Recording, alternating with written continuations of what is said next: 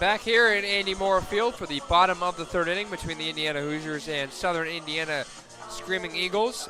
It's the Screaming Eagles on top 2-0, but Indiana has the top of its order 2 up.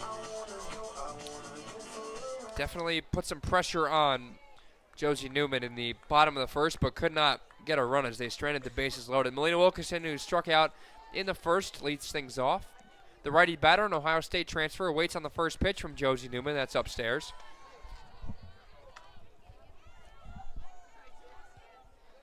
Wind is definitely ruffling a little bit out there. The flags in the outfield blowing from right to left, it appears. 1-0 to Wilkinson. That pitch misses up and away. It's 2-0. Righty on righty matchup. Josie Newman, the reigning conference pitcher of the year. Her numbers last year were ridiculous. She was, let's pull it up here, 22-10 with a 1.77 ERA. Doesn't have quite the same success this year, but so far 2 scoreless innings against IU is not something every pitcher that the Hoosiers have faced has done.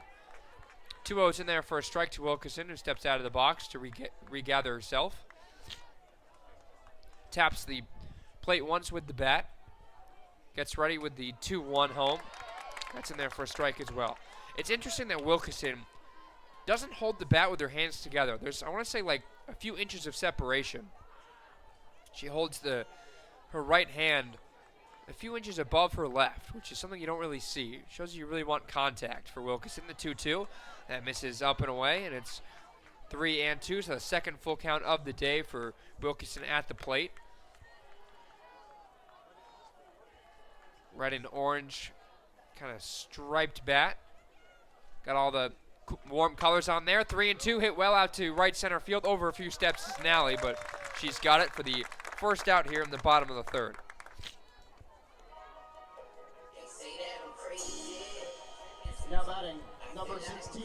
That was Newman's 50th pitch of the game. We're in the third inning and there's 1 out. So Indiana's definitely doing a good job working the pitch count, but not to a ton of success. Just 1 hit so far. Bree Copeland now steps back up, the first baseman. Walked and was stranded on third in the first inning. Swings at the first pitch right through it for strike 1.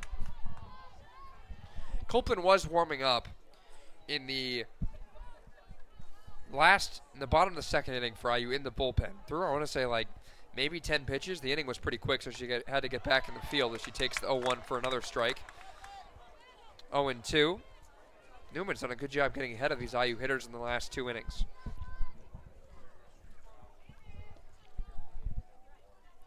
3 walks and 2 strikeouts so far for Newman, which is uncharacteristic. Trying to put away Copeland here. The 0-2 home misses outside. To the righty, Bree Copeland, senior from Pelham, Alabama. Top 100 recruit in the 2021 class, been on the Big Ten All-Tournament team twice. Newman winds and fires the 1-2 home. Upstairs again. 2-2 with 1 out. Nobody on here in the bottom of the third inning. Indiana trailing to Southern Indiana. 2-0. It is just a few times this year where Southern Indiana has been ahead. They're 4-13 this year and have been struggling. Copeland hits one in the air, tailing down the right field line, deep but caught near the corner by Stapleton. Copeland's gone the other way a few times this year. She has an opposite field home run here at Andy Moore Field. That was to end the second game on Friday, I believe. No, Saturday. That was the second game Saturday against Bowling Green.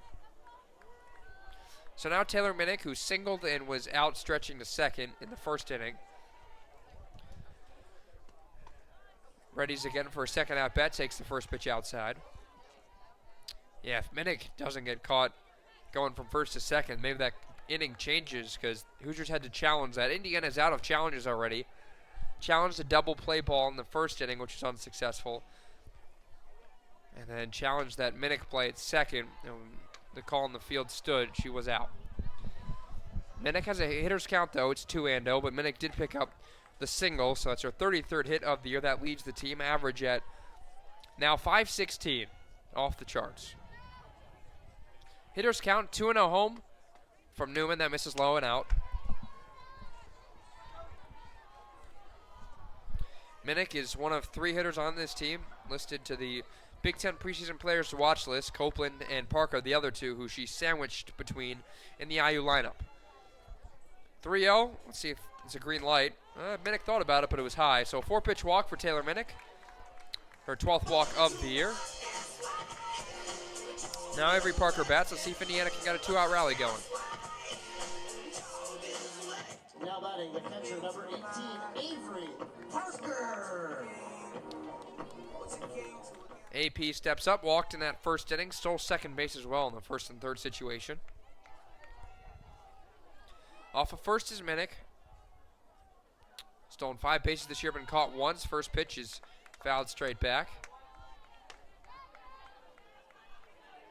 Just saw a Jasper Athletics bus roll down, turned off of the bypass and went towards Assembly Hall. I'm not sure if IU Indy is playing IU in any other sport.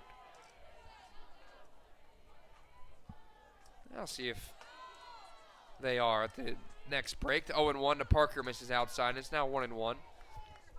Outfield playing pretty straight up. The left fielder, Satoski, is 4 or 5 steps in front of the track. A little bit deeper than the other two outfielders, but infield straight up as well. 1-1 to Parker. Fouls it straight back, and it's 1-2. 2 outs. Runner on first is Taylor Minnick. Indiana trailing 2-0 to Southern Indiana. The 2 runs coming off the bat of the catcher, Jordan Mackey.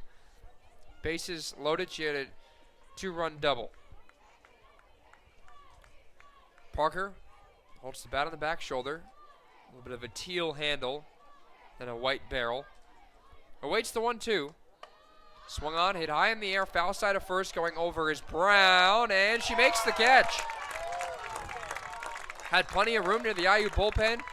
Did a good job seeing it into the glove, the lefty on the backhand, all smiles on her face. And she goes back to the dugout, gets a high five from the assistant coaches. And that does it for Indiana's half of the third inning. Another runner stranded on base for the Hoosiers, but nothing to show for it. Indiana still trailing by 2. Jasmine Reyes trying to keep the Screaming Eagles at arm's reach. 2-0. Southern Indiana leads. We'll be back in a moment for the top of the 4th here on IU Hoosiers Radio.